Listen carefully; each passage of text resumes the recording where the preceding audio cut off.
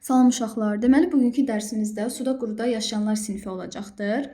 Suda quruda yaşayanlar ümumiyyətcə Latın dilində amfibilər adlandırırlar və ilk dəfə olaraq bu ad Carl Linné tərəfindən elmə gətirilmişdir, yəni təklif olunmuşdur. Və amfibilərin mənası da ikili həyat deməkdir. Yəni həm suda yaşamaq, həm də quruda yaşamaq, ikili həyat. Və amfibilərə aid olan qurbağalar həyatlarının müəyyən hissəsini həm suda, digər hissəsini də quruda keçirirlər. Məsələn, deməli, növlərinə baxaq. Suda quruda yaşayanlar amfibilərin 2800-ə qədər növü məlumdur. Onların əksəriyyəti sürfə mərhələsini su mühitində keçirir, yetkin fərdləri isə quruya çıxır. Suda quruda yaşayanlarda quruda hərəkətə xidmət edən ətraflar olur. Atmosfer havası ilə tənəffüs etmək üçün bunlarda ağciyərlər meydana gəlmişdir. Deməli, ilk dəfə olaraq ağciyərlər suda quruda yaşayanlarda meydana gəldi və bunların ağciyərləri daha zəif inkişaf eləmişdir. Çünki zaten əksəriyyəti suda yaşayırlar, müəyyən bir zaman quruya çıxırlar. Balıqlar kimi kürü qoymaqla çoxalırlar. Suda quruda yaşayanlar nümayəndələrindən biri də göl qurbağasıdır ki, biz bu əlamətləri göl qurbağasının üzərində öyrənəcəyik. Göl qurbağasının həyat fəaliyyətinə baxdıqda, deməli, qurbağanın bədəni baş, gövdə və ətraflardan ibarətdir. Baş gövdə ilə sərhədsiz birləşdiyindən boyun nəzərə çarpmır. Boyun nəzərə çarpmır deyir. Amma burada elə bilməyin ki, qurbağanın boynu yoxdur. Xeyr, var. İlk dəfə olaraq hətta onurğanın boyun şöbəsi qurbağalarda yaranmışdı. Yəni balıqlarda yox idi. İlk dəfə olaraq onurğanın boyun şöbəsi qurbağalarda yaranmışdı. Sadəcə olaraq nəzərə çarpmır. Balıqlardan fərqli olaraq qurbağalarda baş hərəkətlidir. Gözləri qurumaqdan qorumaq üçün bunlarda ilk dəfə olaraq 3 cüt göz qapaqları meydana gəlmişdir. Çünki artıq hansı heyvan olursa olsun quruya çıxdısa bunun göz qapaqlarına ehtiyacı var. Yoxsa gözlər quruya bilər. Göl qurbağasının gövdə hissəsi belqarın istiqamətində yassılaşmışdır. Gövdəyə hərəkətli ön və arxa ətraflar birləşmişdir. İlk dəfə olaraq da burada deməli ətraflardan, belə deyək də, ətrafların sərbəst hissələri ilk dəfə olaraq suda quruda yaşayanlarda yaranmışdır. Həmçinin ilk dəfə dedik ki, göz qapaqları da bunlarda yarandı. Ön ətrafa fikir versək, bazu, said və ön pəncə sümüklərindən təşkil olunmuşdur. Yadınızda saxlayın, qurbağaların ön ətrafları, yəni ön ətrafın bir ətrafı 4 dənə barmaqdan ibarətdir. Ümumi ön ətrafda 8 barmağı var. Arxa ətrafları isə bud, baldır və üzmə pərdəsi olan, belə deyək də, arxa pəncədən ibarətdir. Arxa pəncəsi isə 5 barmaqlıdır. Yəni ümumi arxa pəncələrdə 10 barmaqlıdır. Yəni ön hissəsində, ön pəncəsində ümumi 8 barmaq vardır. Arxa pəncəsində ümumi 10 barmaq vardır və üzmə pərdəsi də belə deyək də hər barmağın arasında üzmə pərdəsi vardır. Ümumi 8 dənə yalnız arxa ətrafda üzmə pərdəsi vardır və ümumi 8 üzmə pərdəsi vardır bunlarda. Hərəkətinə gəldikdə, arxa ətrafları ön ətraflardan daha uzun və güclü olur. Quruda hərəkət zamanı o arxa ətraflarını yığıb açmaqla irəliyə doğru hərəkət eləyir. Qurbağanın öndə 4, arxada isə üzmə pərdəsinə malik dediyimiz kimi 5 barmaqlı ətrafı oldu. Quruda hərəkət etmə və suda üzmə ilə əlaqədar olaraq qurbağanın əzələləri balıqlarla müqayisədə daha yaxşı inkişaf eləmişdir. Bədən örtüyünə gəldikdə qurbağanın dərisi çılpaq olub vəzlərlə zəngindir. Skeletinə gələk, qurbağanın skeleti kəllə, gövdə və ətrafların skeletindən ibarətdir. Qurbağanın onurğa sütununda bir boyun, 7 gövdə, bir oma fəqərəsi olmaqla cəmi 9 fəqərə vardır və bir uzun quyruq sümüyündən təşkil olunmuşdur. Burada nəyə diqqət yetirməlisiniz? Sizə əgər, məsəl üçün, deyə bilər ki, testdə qurbağada neçə fəqərə var? 1 plus 7 plus 1, 9 fəqərə var. Neçə sümük var desə, bir yox ha, bir uzun quyruq sümüyü yazılıb burada. Sümük sayı, fəqərə özü də zaten sümükdür. Yəni fəqərə sümük olmayıb nə olacaq ki? Yəni bir məntiqlə düşünün. Sadəcə olaraq bir uzun quyruq sümüyünü ayırıblar burada. Ümumi 10 dənə sümük var, 9 dənə fəqərə vardır. Bir uzun quyruq sümüyü fəqərə olmadığına görə onu ayırıblar. Sadəcə sümükdür. Deməli 9 dənə fəqərə var qurbağada, 10 dənə də sümük var. Qabırğaları tam inkişaf etmədiyi üçün döş qəfəsi yoxdur. Ətrafların skeleti qurşaq və sərbəst ətrafların skeletindən ibarətdir.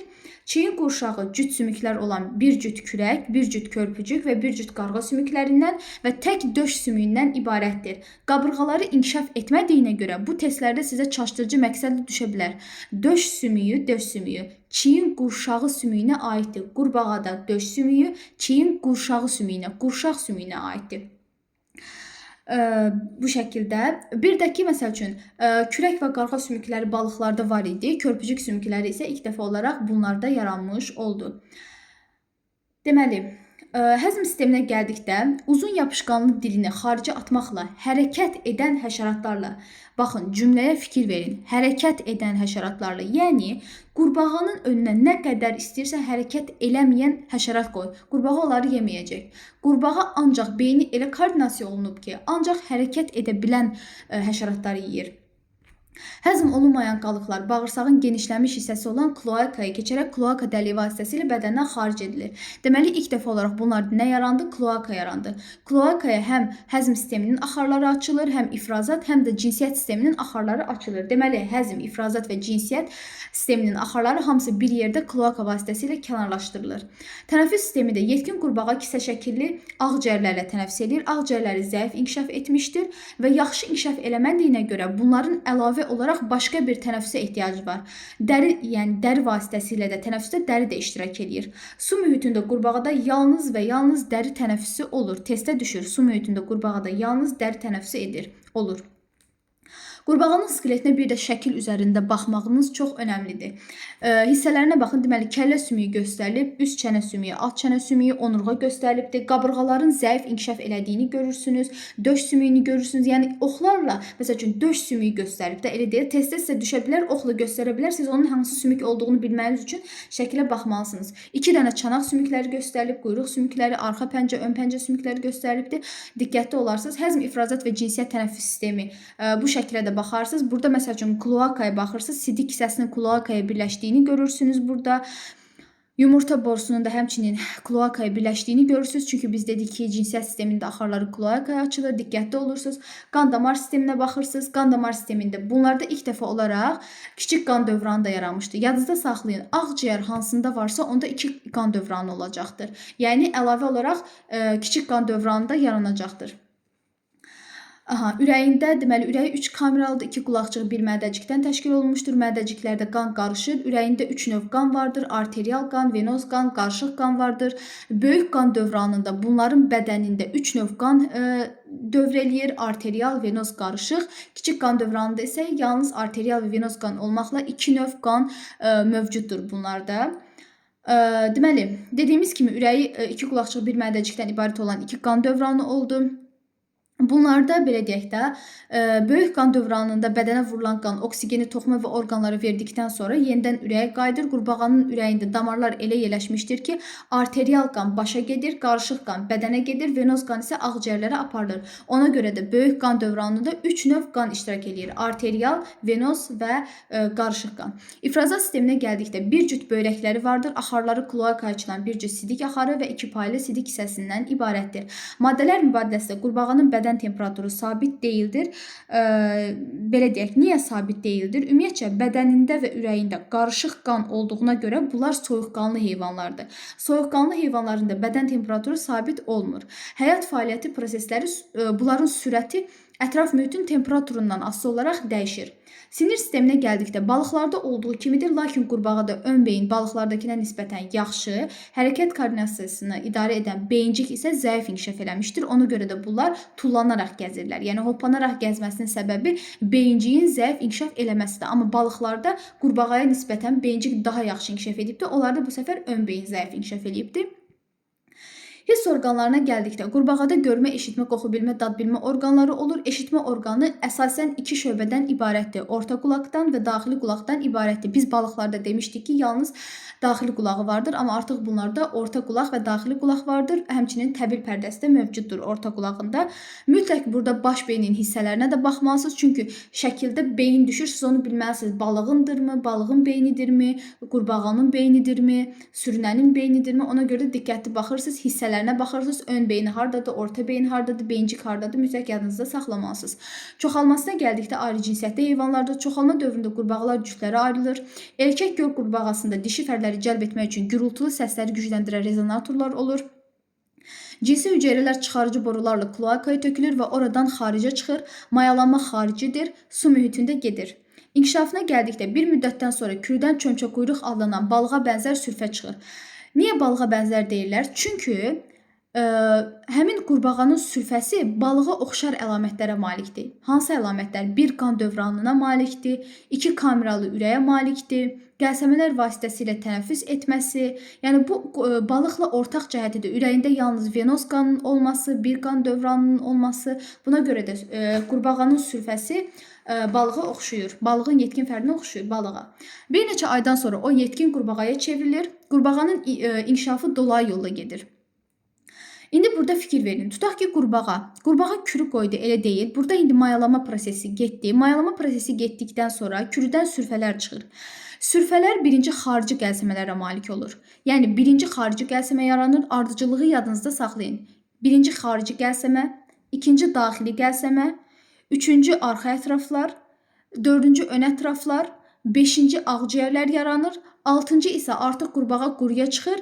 Ağciyərlər yaranandan sonra son olaraq da ən sonuncu proses qurbağada quyruğun itməsidir.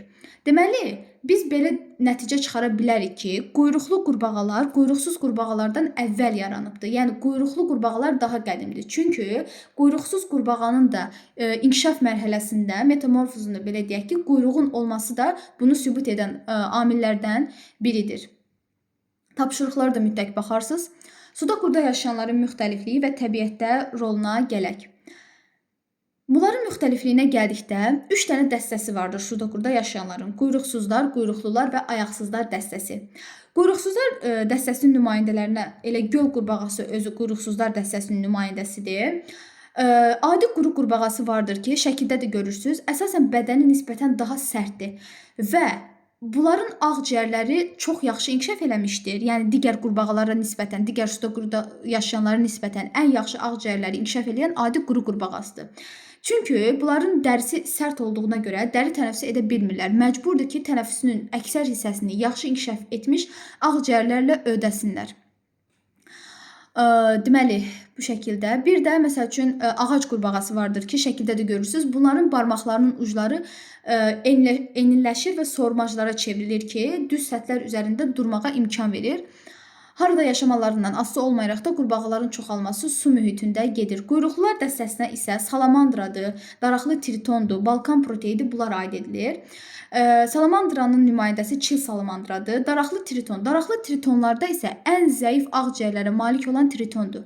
Ən güclü ağciyərlərə malik olan adi quru qurbağasıdır. Ən zəif ağciyərlərə malik olan daraqlı tritondur. Daraqlı tritonun yaz aylarında bədənin üzərində daraqlar əmələ gəlir.